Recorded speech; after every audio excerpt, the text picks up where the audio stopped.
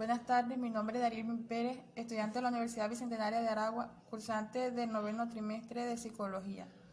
En esta oportunidad estaremos hablando sobre los procesos de lectoescritura en la madurez de la lectura, escritura y cálculo. Entendemos por lectura que es una actividad compleja que parte de la codificación de los signos escritos y termina en la comprensión del significado de las oraciones y de los textos. La lectura, dicho en otro modo, es un instrumento de gran valor para la formación integral del ser humano. La escritura es el medio indispensable de trabajo intelectual por la cual se registra, precisa y califica el pensamiento. Logran concretar la expresión, esta contribuye a la maduración del pensamiento, por lo que es útil no solo a nivel personal, sino además a nivel social. Además, la madurez de la lectoescritura está compuesta por dos factores madurativos, como lo son factores generales conformados por factores fisiológicos, psicomotores, emocionales, intelectuales, ambientales, además de los específicos, como lo son psicomotricidad, perceptor motriz, coordinación y lenguaje. En esta podemos ver las fases del aprendizaje, como lo son la fase de identificación, que abarca de los 2 a 4 años de edad. Y en esta se presentan características donde el niño comienza el aprendizaje de lectoescritura antes de entrar a la escuela. Además, genera garabatos, que son los primeros signos de comunicación, con los que transmite los significados. Desconoce los signos universales significantes, los cuales solo se centran en el significado. No tiene asumida la relación entre significantes y significado. Emite solo signos semióticos, como lo son imágenes que tienen significantes o significado, además de la polisemia comunicativa de los significantes. Otra fase es la de asociación. Esta abarca de 4 años y medio a 5 y medio, donde los niños hacen signos que identifican como letras, aunque no están alfabetizadas, porque tienen la forma, pero no la posición ni la dirección. Además del avance importante con respecto a la etapa anterior, las letras ya no son objetos. Otra característica es que los niños descubren, se interesan y se centran en lo significante, pero no comprenden todavía la relación entre significante y significado. Además, aún no procesan todavía los signos lingüísticos. Otra fase es la fase de análisis. Esta va desde los 5 años y medio hasta los 6 años y medio.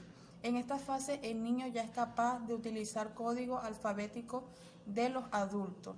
Relaciona por primera vez significante y significado. Realiza las mismas operaciones lingüísticas formales que un lector adulto. Además de la creación de los primeros textos, que precisa de una metodología adecuada para que lleguen a producir textos escritos de manera autónoma y competente. Otra fase es la generalización, que va de los 6 años y medio a los 8. En esta la lectura es formalizada, conseguida a partir de un proceso de generalización, además de la escritura alfabética, prescindiendo comprensivamente del dibujo. Por otra parte, hablaremos sobre las técnicas de evaluación de los procesos, como lo son rutas fonológicas, semánticas y sintácticas de aprobación del aprendizaje de la lectura y escritura. Las rutas fonológicas permiten leer palabras desconocidas o pseudopalabras.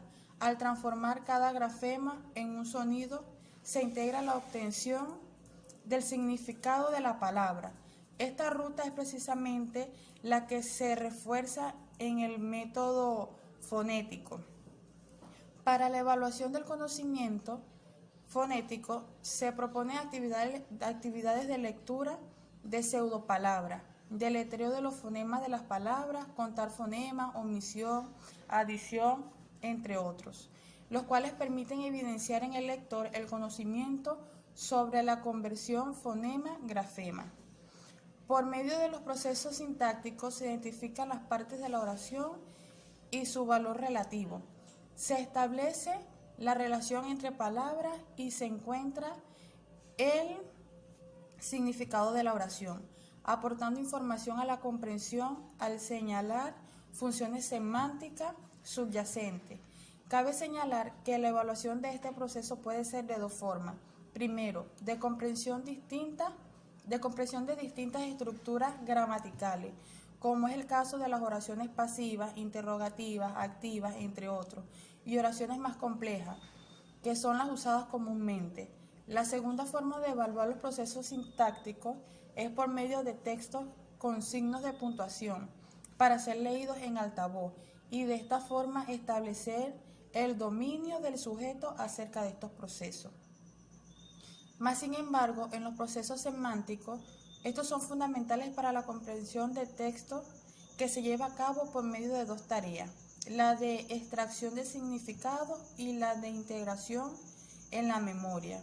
La comprensión de textos se entiende que es el resultado de la acumulación de información en la que el lector jerarquiza la información según la relevancia para la comprensión total del texto, con el fin de integrarla a sus conocimientos previos sobre algún tema, los cuales facilitan la comprensión y la retención de nueva información. Con respecto a los trastornos emocionales y conductuales, según su definición, clasificación e incidencia en el rendimiento escolar, tenemos el retraso del lector.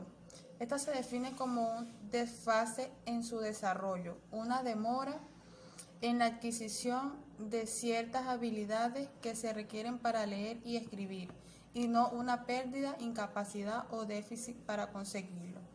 Las explicaciones centradas en trastornos de la personalidad, problemas afectivos, métodos de aprendizaje, entre otros, aunque de hecho pueden interferir en el aprendizaje, no son específicas en las operaciones implicadas en el acto de leer y escribir. En la perspectiva de las explicaciones que tienen en cuenta el análisis, se tiene que las posturas predominantes antes unas décadas hacían referencia a los aspectos neuroperceptivos motores, los cuales son déficit visual, confusión espacial y direccional, además de déficit modal cruzado de ojo, oído y mano, entre otros. Estas crean dificultades reales en estos aprendizajes, aunque se ha demostrado que son responsables solo de un pequeño porcentaje de los casos. Actualmente se enfoca como problemas psicolingüísticos fundamentalmente, ya que son responsables de un alto porcentaje de casos. Como segundo caso tenemos la dislexia. Esta es definida por la Federación Mundial de Neurología como un trastorno que se manifiesta en dificultades para aprender a leer a través de los medios convencionales de instrucciones. A pesar de que exista un nivel normal de inteligencia y adecuadas oportunidades socioculturales, para Matis, 1978, expresa que la dislexia se puede diagnosticar como un desarrollo lector atípico comparado con otros niños de la misma edad.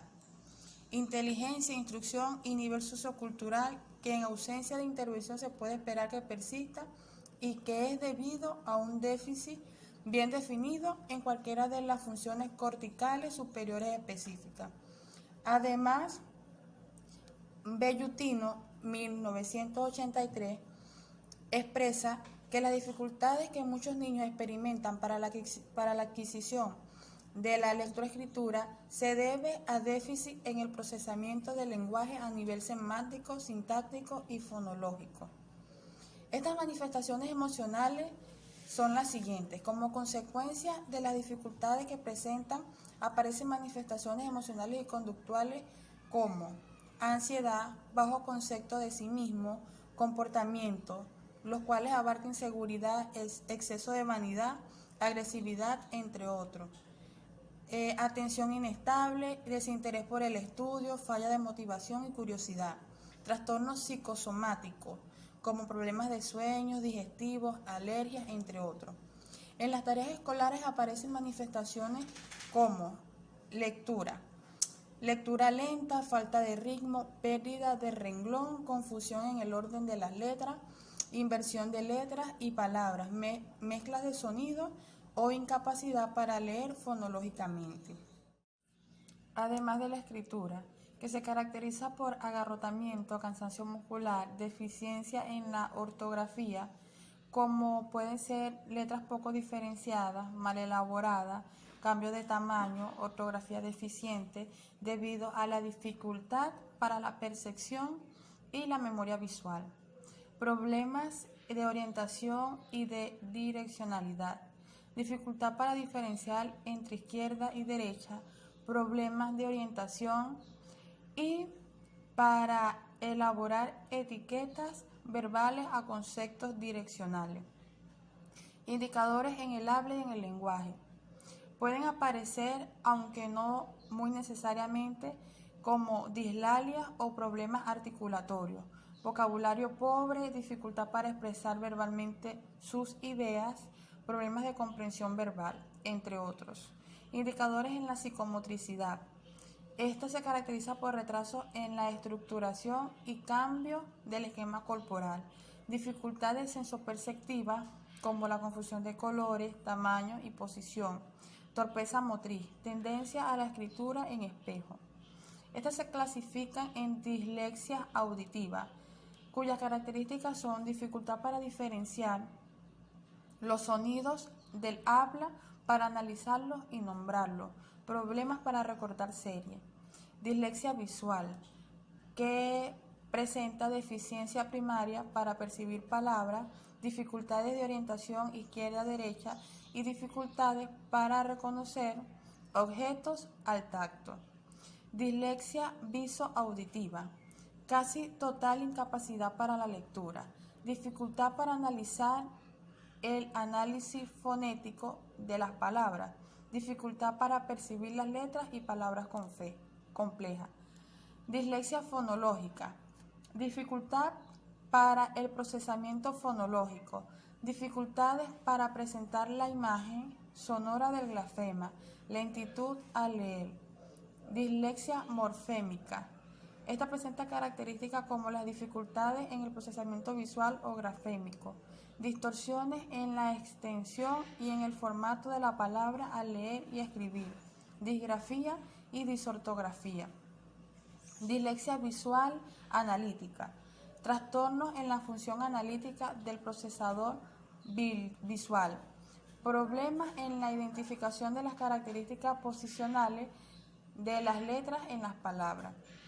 Por otro lado tenemos la disortografía, que es un conjunto de errores de escritura que afectan la palabra y no a su trazado o grafía.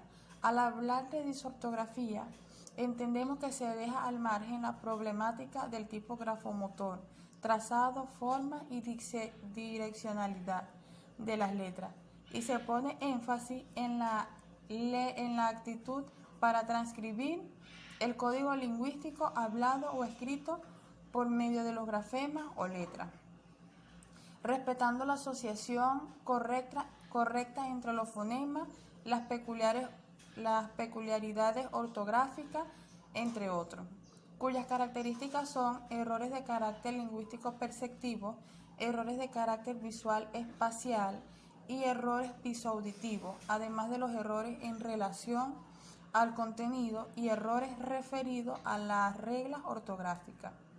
Se entiende por disgrafía a un trastorno de tipo funcional que afecta a la escritura en lo que se refiere al trazado o la grafía.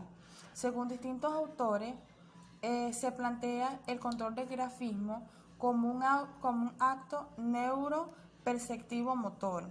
Dada su naturaleza funcional, para diagnosticarla sería necesario que se dieran las siguientes características: capacidad intelectual en los límites normales o por encima de la media, ausencia de daño sensorial o motor grave que pudiera condicionar la calidad de la escritura, adecuada estimulación de cultura y de aprendizaje, y ausencia de los trastornos neurológicos con o sin compromiso motor.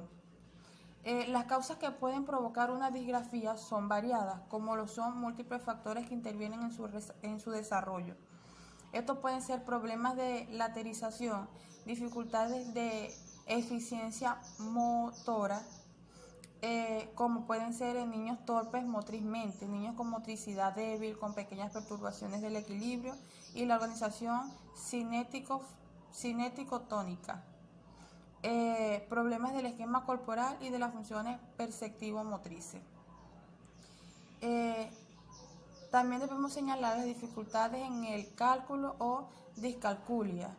Este término hace referencia a un amplio rango de problemas relacionados con el aprendizaje de las habilidades matemáticas. No existe una única forma de trastorno de aprendizaje de las matemáticas. Se presenta según varias características, los cuales afectan a un gran grupo de personas de manera diferente en cada momento del ciclo vital. Es independiente del nivel mental, de los métodos pedagógicos, de las perturbaciones afectivas. Esto es un retraso notable en el aprendizaje aritmético que desencadena una serie de características como pueden ser dificultades para llegar al significado de los números, dificultades para agrupar los objetos en cantidades determinadas, para reconocer grupos, comparar opuestos utilizando conceptos de tamaño espaciales, para aprender a contar, reconocer números, emparejar números con determinadas cantidades, entre otros. Otros síntomas que encontramos serían dificultad para realizar el cálculo, rotación, inversión de números, dificultad en la realización del grafismo de los números o la interpretación de cantidades.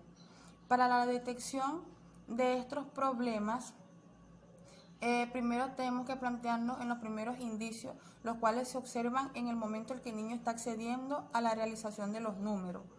No escribe de forma correcta el número, no realiza la seriación numérica o de objetos acordes y dificultad para la clasificación. Esto ha sido toda mi exposición sobre este tema. Muchas gracias.